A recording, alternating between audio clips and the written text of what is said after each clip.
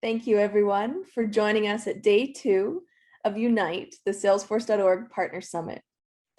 Doyin Richards is our dynamic keynote speaker today. He's a best-selling author, anti-racism facilitator, TEDx speaker, Slate columnist, mental health advocate, and teaches anti-racism to kids as young as kindergartners. He loves superhero movies and cheesy pasta, is a youth girls basketball coach, and a die-hard Lakers and Dodgers fan, though we won't hold that against him. We are in the midst of 2 major crises in America: mental health and race relations. They impact our homes, schools, businesses, relationships, and our sanity. But do we recognize the signs of these problems? Are we doing enough on the front end to prevent personal and professional disasters from happening? Today, Doyin will provide us with tangible, actionable solutions that provide systemic change and results that we can take to our organizations and communities right away. With that, I am pleased to introduce you all to Doyin Richards. Hey, hey, hey. Good morning. How's everyone doing today? Use the chat, say hello. Come on, y'all, seriously. All right, let's get started. I have a bunch of monitors, so I'm just gonna give me 1 second. Oh, wait, I actually forgot something. Okay, no, I don't need it. All right, hold on. Here we go. Hello again. My name is Doyin Richards. I am your keynote speaker for today, and I am so incredibly fired up to give you this talk. So I think I should give you a little bit of background. And I mean, there's lots of stuff about me that I want to share. First thing is,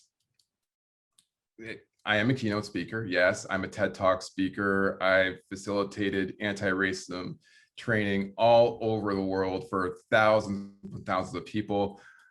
I'm a member of the Today Show's parenting team.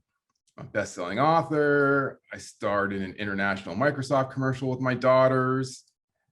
And speaking of my daughters, I even am able to stay in shape. I don't even have a dad bod, right?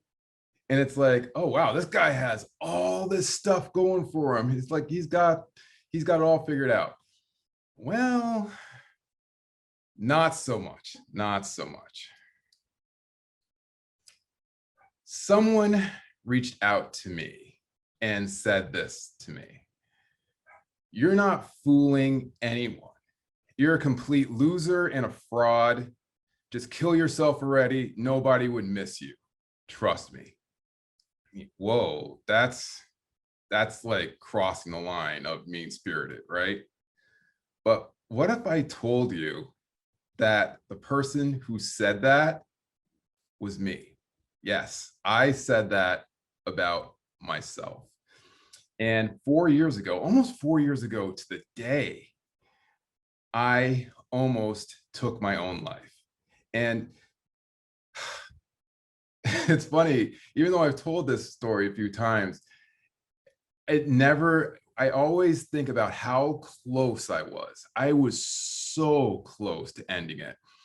And it's not important to talk about the how. It's really important to talk about the why. And the why is, here I am. I am a Black man in America, but also a Black man in America who suffers from mental illness. So when those two things came together, it was a powerful combination that almost ended me. And thankfully, I did not go through with it. And here I am today. And my mission is to shed light on mental illness and mental health, and also talk about racism. So I really want y'all to be ready. Are you ready for some vulnerability, some real talk going on today? Because it's coming at you this morning. And I mean, use the chat field. Tell me, are you ready? Because I need to know if you're ready for this. If you're not, all right, cool. And by the way, like sometimes when I get so fired up about this stuff, a curse word may slip out. So I'll try to keep it G-rated, but you never know. Here we go. In order to change how we think about mental health and how we think about racism and anti-racism, we need to do three things. We need to change how we think, we need to change how we love, and we need to change how we fight. And today, we're going to start with how we think. Start with the easy stuff, and then I'll build up to the hard stuff. It's the easy stuff. Mental health. What is mental health? Mental health includes our emotional, psychological, and social well-being, and it affects how we think, feel, and act. It also helps to determine how we handle stress, relate to others, and make choices. That's according to mentalhealth.gov. Simple, right? Right. So now let's talk about mental illness, which are disorders that affect your mood, thinking, and behavior. And some of these, you know, you probably are experiencing right now, or know someone who has experienced these things, right? These are just a small, like fraction of what all the mental illnesses that are out there. Like I said, I suffer from clinical depression. And hey, by the way, good luck finding a Black man who's going to say that out loud in front of a group of strangers. But here I am saying that. And it is Mental Health Awareness Month, so that's important. But you might be thinking, you know what, Doyin, I don't suffer from mental illness, dog. Like, that's not my thing. I was like, okay, cool. All right, you know what I know you suffer from? Every single one of you may not have mental illness, but guess what? You are all suffering from a decline in mental health, and that is the case for the past 15 months. Tell me I'm wrong. I'm not wrong. Every single one of you. And by the way, you can suffer from poor mental health without having mental illness, just like you can suffer from poor physical health without having a physical illness. Let's go. Let's hit you with some stats around this. Depression is the leading cause of disability worldwide. 300 million people that we know of, suffer from depression. 4 out of 5 employees complain of burnout. By the way, I'm going to tell you a stat that's not on here. 56% of corporate employees are currently looking for another job, compared to 40% before the pandemic in 2019. People are burnt out, y'all. And 1 in 4 adults experience some form of mental illness. I think that's way low, but I think, hey, they're saying 1 in 4, let's go with that. And this is the big one. 79%, men account for 79% of suicide deaths. 79%. Think about that, y'all. That is a crazy, crazy, crazy number. And part of you is like, hey, why is that the case? Why is that the case, Doyin? Well, I'll tell you. Check it out. If someone came into your office with a broken arm, you're like, oh my gosh, I'm so sorry. That must suck. Oh no, right? But then as soon as someone says, hey, especially a dude comes in like, hey, I'm feeling depressed, man. Oh, what the hell's wrong with you? Man up, dog. Man up. What's your problem? Why are you being such a little bitch? Why are you being such a wuss? And then guess what? These people don't have anyone to talk to. These men don't have anyone to talk to, and guess what they do? They find themselves swinging from a ceiling or eating a gun. And quite frankly, that's what I almost did, because I felt like I had no one to turn to because of the stigma of mental illness, especially for men. But you all know this scene, right? This is what the past 15 months has been like with the coronavirus, the COVID-19. You're working, right?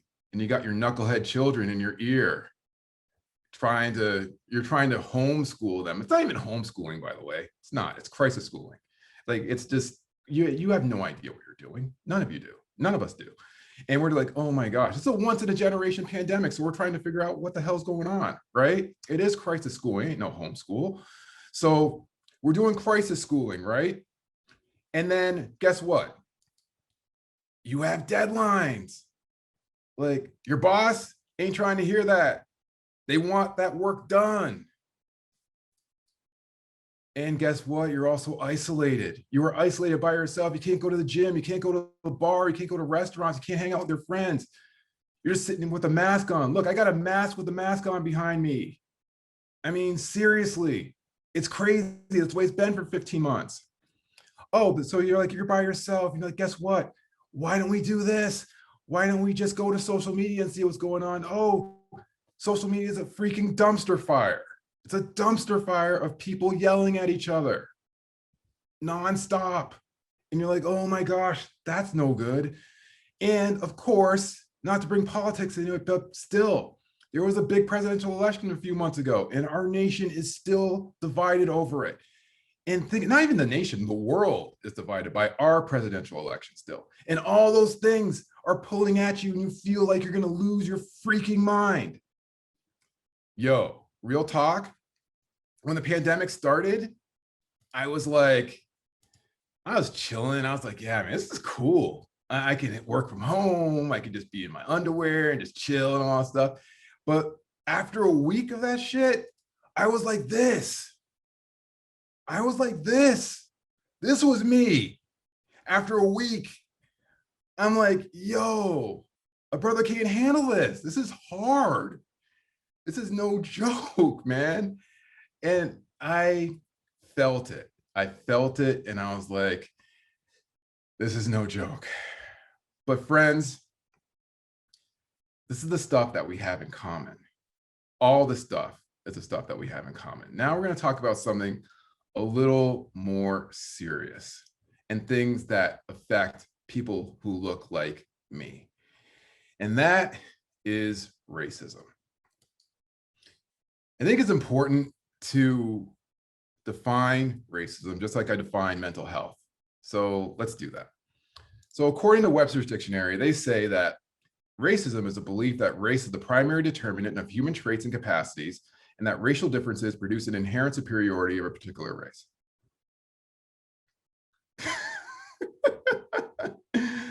That is a shitty definition. That is an awful definition, Webster's. Do better, Webster's.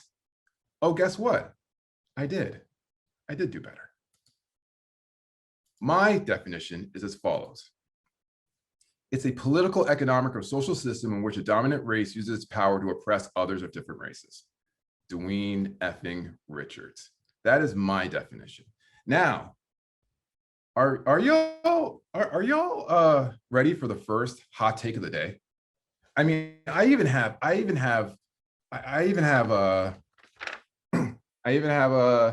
like little visuals. This is a high budget production. Are you ready for the first hot take of the day? You need to let me know. Let me know. Let me know right now in the chat field if you're ready for it. Okay, good. First hot take of the day is coming up, friends. Clear my throat. Let me clear my throat. You're too young to remember that song. All right, so here it comes. I do not believe, my friends, that people of color can be racist towards white people. I'll say it again. I do not believe people of color can be racist towards white people. Oh, and some of you are like, what are you talking about, Doyin? What are you talking about? You lost me. You're this, you're that. Hold up. Let me explain. People of color can be hateful. People of color can be ignorant. People of color can be prejudiced. People of color can be bigoted. They can be all those things, y'all, but they can't be racist. Why? Because racism is a power construct. There is no place in America. There's no place in the UK. There's no place really anywhere where people of color have power over white people. That's it. You survived the first hot take of the day. There's more to come. Now, I'm just getting warmed up, y'all. I feel like I need to roll up my sleeves because we're getting in it. We're getting in it now. Now, friends, we're going to show you what racism really looks like. This is what racism looks like in pictures. Have you seen this? Seen this? This is what is called the George Floyd challenge. Yep. George Floyd was murdered about a year ago. These are people putting their knees on the necks of their friends, not hiding their pictures, not hiding their faces, making it so everyone can see what's going on, and making a mockery of a Black man's murder. This is real. This is real. Have you seen this? This is an actual thing, the George Floyd challenge. Oh, but wait, there's more. I live in Los Angeles, by the way, friends. I live in Los Angeles, and the LAPD this past Valentine's Day was sending out George Floyd themed Valentines that said, "You take my breath away." Yes, on this past Valentine's Day. Yeah, I'm scared shitless of the LAPD. Like, they scare me to death. But yeah, that's a real thing that happened here in Los Angeles. And I think it's really important to mention the anti-Asian violence that's going on, because it's not just anti-Black racism out there, friends. It's anti-Asian racism. Also, I think it would be pretty hypocritical of me not to mention that a lot of these crimes against the Asian community have been perpetuated by people who look exactly like me. And it's completely disturbing, disgusting, and reprehensible. I want you to understand how close this hits to home. Here's my daughter, my 10-year-old daughter, Emiko. So my wife is Japanese. I am Black. I have to explain to my lovely, smart daughter about anti-Black racism and anti-Asian racism. Not only that, she's seeing images of people who look like her dad beating up people who look like her beloved Japanese grandmother. It's just, imagine how I do this for a living, and I still am floored by how difficult this is. And I'm trying not to cry today, but I might. But she said to me the other day, "Does everyone in America hate me because she's Black and because she's Asian?" She says, "Does everyone hate me?" What do you tell your kid? What do you tell them when they say that? It is completely heartbreaking. Also, my daughter, the same one, she one day we were going to school. This is before the pandemic. And someone was calling me on the phone at an early time, like around 7 in the morning. It was a blocked number. So I thought, this can't be a telemarketer, it's too early. So it has to be someone, and someone I know. So I pressed the button on speakerphone. That was a mistake. It was a white supremacist who somehow got my number. I put it on speakerphone, and this person said, "Hey, you fucking nigger, I'm going to kill you if you don't shut up." And then hung up the phone. My daughter heard that. Imagine that. How do I explain that to her? And then she said to me in tears, "I don't want you to get shot, Daddy. I don't want you to get shot just because I teach people how to treat other people who look like me, with respect and dignity." Think about that. A child, fears for my life because I want people to treat people of color with compassion, respect, and dignity. How messed up is that? Yeah, it's tough. All right, friends. Sorry for the heaviness, but I mean, this is just what it is. So let's talk about white supremacy. So quick, in the chat field, what's the very first thing you think of when you think of white supremacy? Go, type it in the chat field. First thing you think of. Yes, yes, yes, yes. You think of these goons. You think of these goons, don't you? Right? That ain't it, friends. That ain't it. That ain't it. This is what white supremacy is. White supremacy is an infrastructure where the thoughts, ideals, and actions of white people, really, as it says the United States, but really anywhere, are viewed as normal, correct, valuable, and American, or whatever country you happen to be found in. It's so crazy because it's not just this. White supremacy is this. It's in our classrooms. It's in our boardrooms. It's in our waiting rooms. It's in everywhere. It's everywhere. And so often people say white supremacy and racism is not the shark. White supremacy is the ocean. It's not the shark, it's the ocean. So often people look at these goons in hoods and think that that's what racism, they're looking for the shark. Stop looking for the shark. It's the ocean, it's everywhere. We need to clean the water and we need to do it now. White privilege, let's talk about that. And I know there's some of you listening to this, like, oh, I hate white privilege. I hate talking about white privilege. White privilege, hold on. I know this is a touchy concept. I know it is. So first, let's just talk about what it is not, shall we? White privilege is not, it is not the idea that white people have never struggled or worked hard, okay? It is not that. White privilege is also not the idea that the accomplishments of white people have been unearned or easily achieved. All right, are we good with that? Because that ain't what white privilege is. It's not. So what white privilege is this. It's advantages that are often taken for granted by white people that cannot be similarly enjoyed by Black, Indigenous, or people of color in the same context. I am going to give you a real life example of this. So I live in an all-white, pretty upscale neighborhood. I'm the only Black dude on my block, like literally the only Black dude on my block. A guy who lives a few houses down, super cool dude and a good friend. His name is Mike, white guy. He comes up to me, this is before the pandemic. He's like, hey, Doyin, I'm taking the fam on a vacation. I'm gonna be gone for a while and I'm expecting 2 huge packages. So could you go to my house, grab the packages and bring them back to my house? They're pretty heavy, so you're probably gonna have to take them one at a time. And I'm like, Mike, bruh.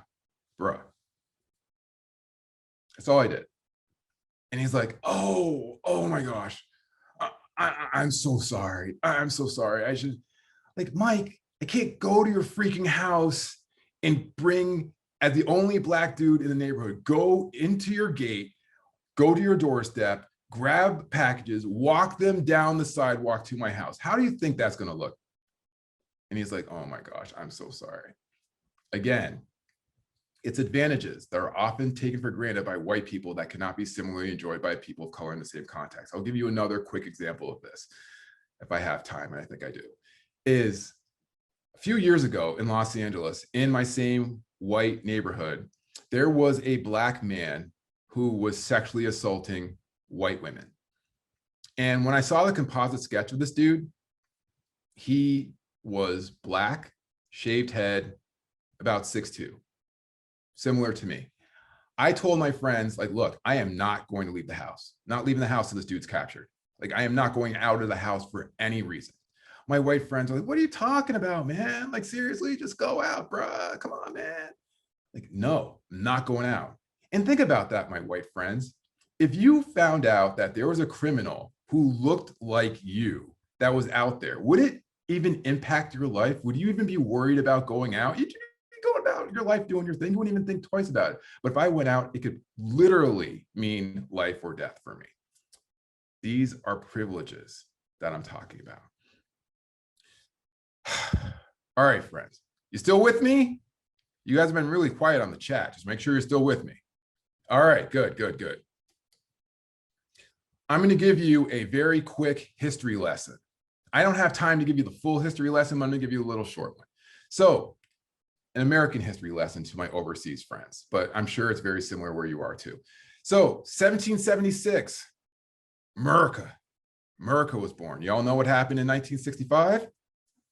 Civil Rights Bill was passed. Probably the most important, if not one of the most important pieces of legislation in American history.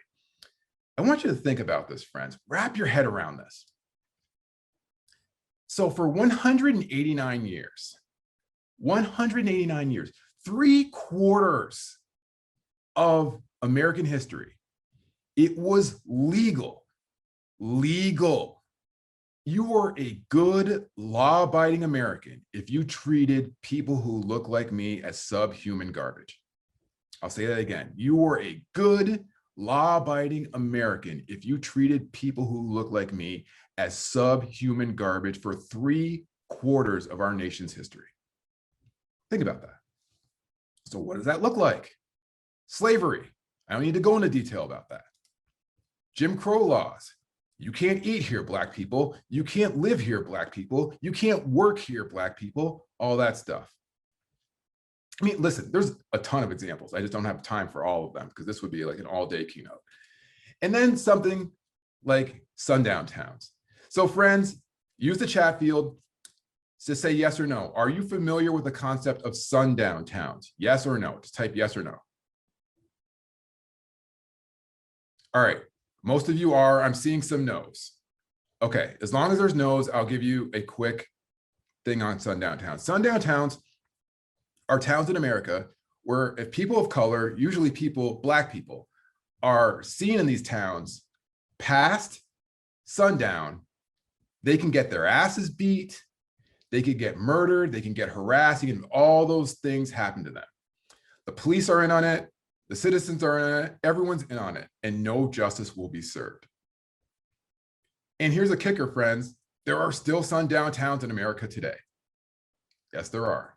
In 2021, May 26, 2021, there are still sundown towns in America today. And I live in a former sundown town currently, Culver City, California. Look it up. And I still do not walk outside at night by myself unless I'm going to like a brightly lit area like a supermarket. To this day, yes, that's America. Now, let's change that timeline, friends, from 1619, when people of color, Black people, not people of color, Black people were brought here against our will to be enslaved. 1965, now think about this. 346 years of the 402 years that Black people have been here, it's been legal to treat us as subhuman garbage. 346 years out of 402 years. People are like, yeah, you know, racism is not real, right? Yeah, sure it is. I want to show you something else, friends. I want you to wrap your head around this too. This is kind of mind-blowing, at least it is to me. So Black people were enslaved on this land for 246 years, okay? It is the year 2021. It's 156 years. 2011, well, 2111, I should say, 90 years from now.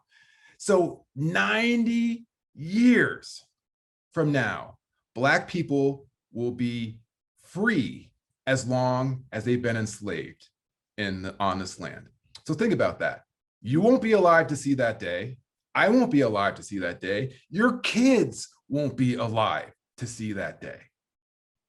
That's how long we have. Think about that. 90 years before Black people have been free on this land as long as they've been enslaved. That blows my mind still. All right, friends, quick talk about systemic racism.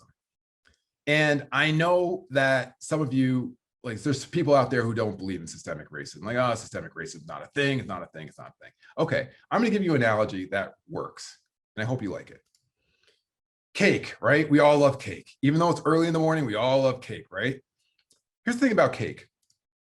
Most cakes, not all cakes, of course, but some cakes, most cakes have eggs in them.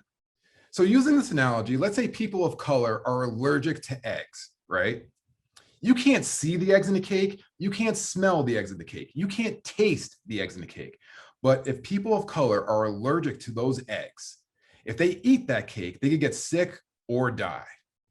Meanwhile, white people in this scenario are not allergic to eggs. So they're eating this cake like, oh man, this cake is yummy, man. This is a damn good cake, right? Meanwhile, they're looking around, they're seeing Black people and people of color dying or getting sick over it. And these people are like, oh gosh, look at these people of color, look at these Black people. They're pulling out the egg card, AKA the race card, right? Just like the eggs are baked into a cake, racism and white supremacy are baked into the fabric of America, baked into the fabric of the UK and everywhere else, pretty much in the world. We have to fight against this. So what does that look like? Few things. Companies are twice as likely to grant interviews to Black and Asian job seekers if they hide their race on their application. In other words, if Tyrone changes his name to Preston, he's going to get an interview. Only 3.2% of senior level executive employees are Black. Think about that. What does it look like in your company? And your any senior level employees look like me? If not, it's just the status quo. You're doing what everyone else is doing. Black women, by the way, Black women are the most educated demographic in America by a long shot. They're more educated than Asians, Latinx, Black men, white men, whatever. But Black women with master's degrees earn similar salaries to white men with associate degrees. And that's why Black women are in such financial debt, because they have all of this knowledge and they've gone through all the schools, but they're getting paid shit. It's not fair. It's not right. We need to do something about that. There's also this guy. You know who this guy is? You may work with him, or you may have worked with him before. He says stuff like this to people of color. You went to Stanford? Nice. So what sport did you play? Honestly, if I was blind, I think you were a white guy. Can you tell me what the Black community will think of our new product? And of course, the one I get all the time. You are so articulate and well-spoken. By the way, this is an important thing to say. You might be wondering, why is that a diss? Why is it a diss to say that you're so articulate and well-spoken? Well, I will tell you, because when you're saying that, you're basically saying, hey, most Black people I come across are just troglodytes. They're just idiots. So the fact that you can speak well is amazing to me. So if you want to compliment me on being articulate, this is what you do. Say what I said was articulated. I articulated this point well. Like say, hey, Doyin, that point about anti-racism and microaggressions, you articulated that point so well. Guess what? My heart would explode. And I'd be like, thank you. I love that. But don't call me articulate, because that's a backhanded compliment. Now, here's the thing, friends. I have told you, I consult for big businesses, small businesses, and everything. These are some of the things that people of color have told me when I've gone into their offices. When I went to management to complain about a colleague making a racist joke about monkeys and watermelons, I was told that I'm getting offended too easily. Really? Yes, I'm smart. Yes, I went to Yale. Yes, I can speak in complete sentences. I'm tired of being brought up every time I'm in a meeting. None of my white teammates deal with that. And of course, the big one. There's George Floyd, Jacob Blake, and tomorrow could be someone else. I'm on the verge of tears on a daily basis, fearing for my life or my Black son's life. Nobody checks in on my mental health. I just have to get things done or else I'll be viewed as angry or lazy. It's overwhelming. Sure is. That's because racism, my friends, is a public health crisis. It absolutely is. All right, we changed how we think. Now we're going to talk about how we love. How we love. That's the next step. I love this quote by Brene Brown. I love it. The great Brene Brown. She says, in order to empathize with someone's experience, you must be willing to believe them as they see it and not how you imagine their experience to be. Brene, by the way, Brene, why haven't you called me to be on your podcast? Seriously? I would love to be on your podcast. Brene has no idea who the hell I am, so that's probably why. But still, this is a fantastic quote. But still, friends, still, even after all that stuff I told you, stuff about my daughter, the George Floyd challenge, all the microaggressions, all that stuff that I talked about in that previous section, there are still people like this. I know plenty of successful Black people who don't use the race card. Maybe you're the problem. Why can't we just be colorblind? We're all one race, the human race. Racism would just go away if we just stopped talking about it all the time. Life is hard for everyone, not just Black people. I get my work done. Why can't they do the same? Right? You may feel that way. You may know people who feel that way. But still, that's what we're up against. And because of that, friends, I'm going to introduce you to the fly and the bee. Have you heard about the fly and the bee? I'm going to tell you about the fly and the bee. It's very quick. So I love this. I love this saying. One of my mentors says this, is that a bee doesn't waste any time trying to convince flies that honey tastes better than shit. Be the bee. Be the bee. Think about that. Because look, you can't save everyone. You can't save everyone. If you're going to be trying to change overtly racist people, to try to tell them like, hey man, that shit you're snacking on over there is probably not good for you. Try this honey. Like, they're not going to do it. Instead, why don't you get more bees? Recruit more bees instead of trying to convert flies. Hashtag be the bee. Also, this is something that actually was just released a couple of days ago, and I wasn't even planning on including this in my presentation, but it really floored me, is that after George Floyd died last year, after he was murdered last year, support for the Black Lives Matter movement was at an all-time high. Now it is at a pretty stark low. And even though we've seen proof of law enforcement, and I know there's great law enforcement out there. This is not bashing the police. This is not that. So don't take it that way. But still, think about how someone like me might feel knowing that trust in law enforcement has gone up, but trust in equity movement for Black people has gone down. Like, things have gotten worse since George Floyd, not better. And that's scary. So let's talk about this. What can we do? So for those of you, I've been watching the comments and I've seen some of you out there like, oh man, when I show you the picture of my daughter and you're like, you're tearing up over things about how she feels, you may feel empathy. You might have that like, wow, like that sucks. Like you feel it as it happened to me. Like that's what empathy is, right? We have to take it a step further than empathy. Gotta take it a step further. Compassion. Compassion is, I feel it so strongly that I'm going to make sure it never happens to you again. Compassion is empathy plus action. It's not good enough to be empathetic. It's a great start, but it ain't enough. We need compassion. We need compassion. And speaking of compassion, talking about how we love, go back to the mental health thing for a minute. Why don't people who look like me get help? I'll tell you. The stigma, the cost, the lack of representation, and fear. So I'll quickly talk about this. Stigma is pretty obvious. Like I mentioned in the beginning, there ain't too many people who look like me who are going to be talking about mental health issues. It's not going to happen. There's a stigma around that.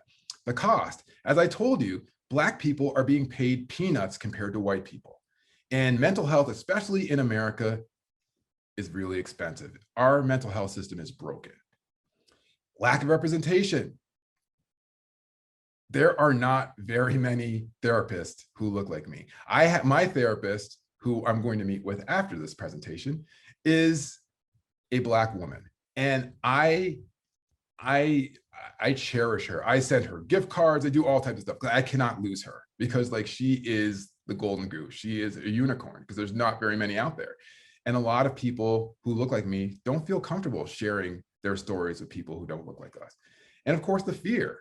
And this is very similar to what we're talking about before around representation.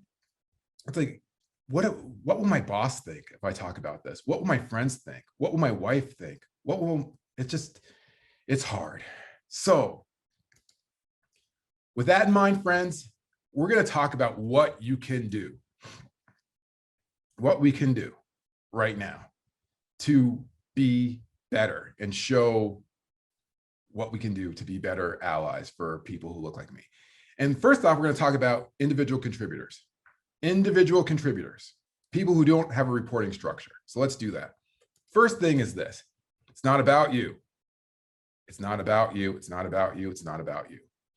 So often, I'll give you an example. I feel like I'm an ally or an ally in training for women's rights and feminism. I've been cursed out by women. I've been told all these things by women when I'm trying to help them. You know what I do? Do I leave the fight? No, I just dust myself off and say, hey, it's all right. I'm going to keep showing up because it's not about me. It's about the mission. It's about the mission. Also, if you are a person of color, if you're a person of color, excuse me, if you're standing up for a person of color, guess what? Guess what's going to happen? Someone's going to curse you out. Someone's going to challenge you. Someone's going to doubt your motives. So what are you going to do? Are you going to quit? You're going to quit? Don't quit. We need you. So continue to show up. Educate yourselves. And this is important. Like when you listen to people of color's voices, like people like Black voices, for example, make sure that they are not only in entertainment, music, and athletics.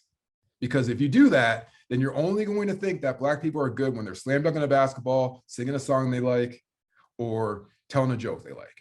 Educate yourself by listening to people of color who use their minds. Use their minds. Allow people of color to be themselves. Now, this is my other daughter, Reiko. Here she is. Cute, right? She's a cutie. She's half Japanese, half Black. And the thing about her, she loves her hair. She loves her hair. But I'm seeing all of these things about Black women I've talked to in the corporations who are like, you know, they can't wear their hair normal. They can't wear their natural hair. Do this for my daughter. Allow her to be herself because she would be devastated if she could not be her true self anywhere. So please think about my daughter when you're thinking about natural hair.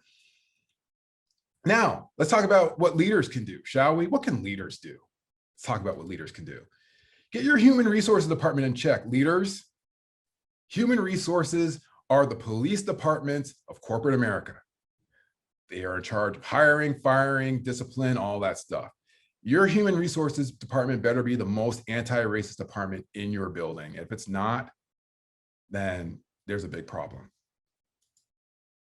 Stop expecting people of color to perform as usual. You need to check in on their mental health often. When I say often, I'm talking weekly, maybe even daily. I have tools to help you with that. If you want that, reach out to me offline. We'll talk about it. You got to recruit more people of color and demonstrate a path for growth. You got to do that. Like, you got to do that. 3.2% of executives are Black in America. You need to demonstrate a path for growth. Create an anti-racism roadmap that's measurable. What does that look like? Hey, we're going to have X amount of people being in corporate leadership by the year 2025. We're going to be donating X amount of money to Black Lives Matter causes by X amount of time. Make it measurable so you have some accountability that goes on. Insist on being a helper. What that means is, like, sometimes y'all, you just got to show up. You got, because you know what's going to happen if you say, like, hey, Doyin, how you doing? You know what I'm going to say? I'm going to say, I'm fine. I'm not fine. I'm not fine. I'm not fine. Stop asking me if I'm fine. Just say, hey, Doyin, you know that project you're working on? I'm going to take that off your plate so I can just make you feel better and make you just have a moment to breathe. Like, that's what it means by insisting on being a helper. Sometimes you just got to show up and just be there and don't take no for an answer. Create safe spaces for people of color to address racism. That's obvious. And please ensure that people of color have a seat at every table where decisions are being made, especially when we're talking about equity. Now we're down to how we fight. Let's go. We're in the home stretch, friends. Let's go.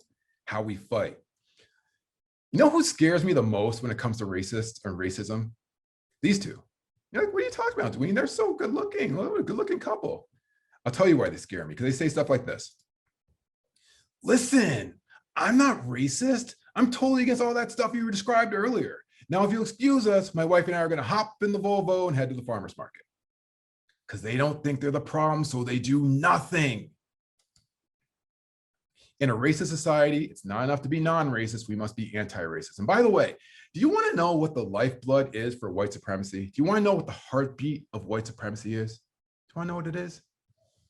Good white people who do nothing. That's what it is. Good white people who do nothing. The more white people who step up and be anti-racist, white supremacy will die. And here's your choices, friends. Here's your choices.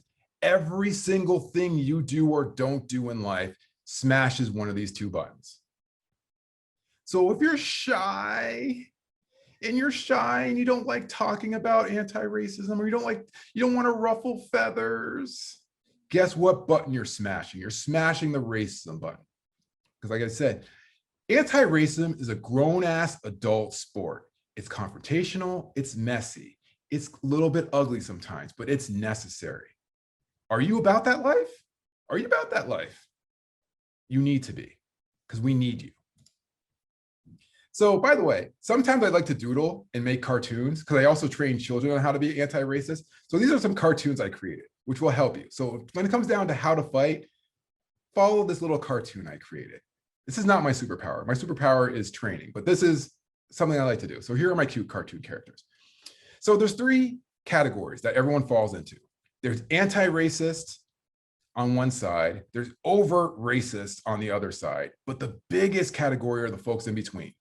They are the ones who are kind of like, I don't know, I don't really have a take on this stuff. I just kind of go about my life and go to the farmer's market and all that stuff, right? This is the mistake that so many people make. They try to get the overt racist people into the anti-racism bucket. That does not work.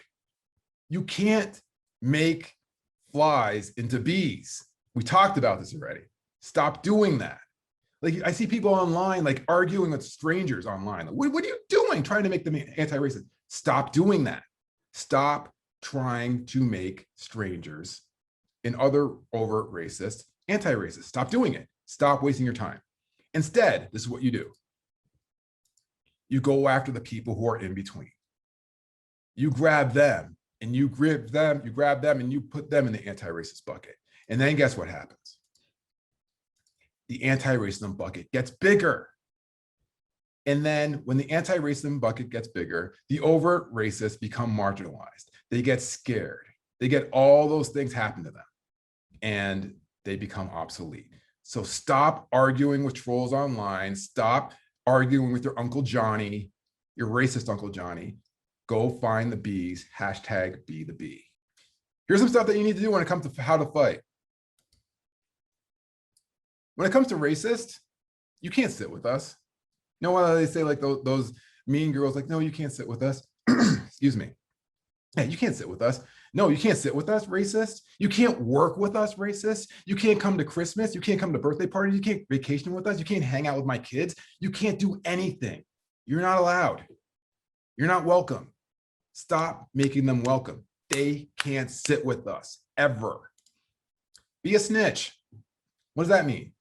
So if someone's being racist at work, you be a snitch. You go to human resources, you go to your boss, you go to leadership and say, hey, this person's being racist. I don't like it. Don't be like, it's just a joke. No, be a snitch every day, all day. Look in the mirror. Look in the mirror. I'm almost there, Amy. I'm almost there. I'm going to get some questions in. Don't worry. I'm almost there. So look at the mirror. That's what you got to do. Look in the mirror. Because sometimes you got to be like, hey, am I doing my part to be anti-racist? Talk is cheap. Dealing with the fallout of racism or not. If you have like this big sign at your workplace that says, hey, I'm anti-racist, but you're not actually doing the work of it, then you're going to deal with the fallout of it. And show up even when you don't want to, because you have the privilege of not showing up. I don't have the privilege of not showing up. So just show up even when you want to, even when you don't want to. And facilitate joy. This is the last thing I want to say, because facilitating joy is so important, because so often we talk about anti-racism and it's all about Black survival. How about doing stuff to facilitate joy? Because we're not very joyful right now. Do something to put a smile on our face. So the whole like TLDR thing, just do this. Don't be a jerk. I'm summing up my whole speech like this. Don't be a jerk. Show compassion. Be the bee. Thank you so much. Also, and I want to get some questions in, please, please, please join me on LinkedIn. Connect with me on LinkedIn. I love connecting on LinkedIn. You could also join my newsletter, The Haymaker. Just text my name, Doyin, to 55444. And I am done. Take it away with the questions. I don't think you're ever done, Doyin. I'm never done. Thank you for all of that. And I was not trying to rush you. I was reminding folks to get their questions in, because we do have about 9 minutes left. And there's been a lot of great engagement in the chat, but not a lot of questions. So the first question comes from Tracy Kronzak, who asks, how does "no, you can't sit with us" apply to businesses that will sell technology tools, platforms, and services to any organization with the money to pay for them? That's the whole thing. That's a great question, but a lot of it comes down to, what do you stand for? What do you stand for? It's really very simple. I think a lot of times when you look at anti-racism, we look at like, hey, this is the almighty dollar. Because when it comes down to it, it's like, hey, we need to make money or save money. But if you do that, if you sit through anti-racism sessions and you see people like me, you see like a company, I'm just going to throw Salesforce out there. And it's like, Salesforce makes all this money. You guys are super successful. But if you have someone like me who works for you, who's seeing like, hey, they're talking that anti-racism game, but they're not actually, they're still selling to racist companies or racist people. That doesn't make me feel good. And guess what's going to happen? People who look like me are going to leave. And also, not to mention, Glassdoor has diversity and inclusion ratings. So sometimes people are going to post stuff on there like, oh, I don't work there, because they talk a game about diversity, inclusion, and equity, but they're not about that life. So it comes down to what you truly value, real capital or human capital. Thank you, Doyin. And Marisa Lopez has a follow-up question, which is the reverse, really, which is, how do you not sit with folks when they have all the power? So that is a fantastic question. And really it comes down to two things. If they have all the power, you have to first off let them know that this is a problem. We need to really fight for equity. We need to have more anti-racism education, more anti-racism training, all of those things. And you keep pushing it and pushing it and pushing it and pushing it. And if they don't listen, if they're like, nah, this is not a big deal, then it's the whole bee and fly analogy. Then it's like, hey, you're going to have to leave the flies to themselves and maybe find a company where there are more bees. And there's plenty of companies that are bees that are out there doing a good job. So yeah, hopefully that's not the case at Salesforce, but and plenty of companies out there, I have seen that, and it is really tough. Thank you for that. Pierre Nuama asks, Black men don't go to a shrink. They have a barbershop. How do I convince my brothers to seek help when they need it? Oh, yeah, Pierre. So that's the problem. That's the problem, my dude. So often we see this, that they don't go to a shrink, but why don't you go to a shrink? That's what I'm saying. I'm here to say it's okay to go to a shrink. I'm telling you, I would be a puddle of brown goo on the floor if I did not have my therapist. And I'm here to tell you, and other Black people and other people of color, that you're not soft for going to a therapist. You're not weak. It's powerful. It's saying like, hey, I need help. I need an impartial person to help me. So please, yeah, the barbershop is cool, but your barber is not licensed. That dude doesn't know what he's doing when it comes down to that stuff. Find a licensed professional to help you. And that's where I stand on that. I firmly believe everyone should have a therapist. And if they did, there would be no stigma around it. Everyone needs to be able to talk about what they're going through and get guidance. We have another question. I love Paul's question. Back to the flies and bees. What about the flies that are pretending to be bees? Paul, that is a fantastic, fantastic question. Now, Paul, because you see that, you know that they're flies pretending to be bees. You know that, right? You just have to call them out on it. It's just one of those things where you just be like, hey, this is not right. I'm not standing up for this. I know what you're trying to do, and it's not working. You have to call out those people that are trying to take the narrative or hijack the narrative when it comes to that stuff. So don't be afraid to call them out. You know who they are. You know who they are. Don't let them slide under the radar. And we have another question from Lindsay Perkins. What resources would you recommend we continue to share with our colleagues to keep this conversation going? Oh, gee. Me? That's what I do. I do anti-racism facilitation for corporations all over the world, and I would do that for Salesforce or any company. So I'm one of those people.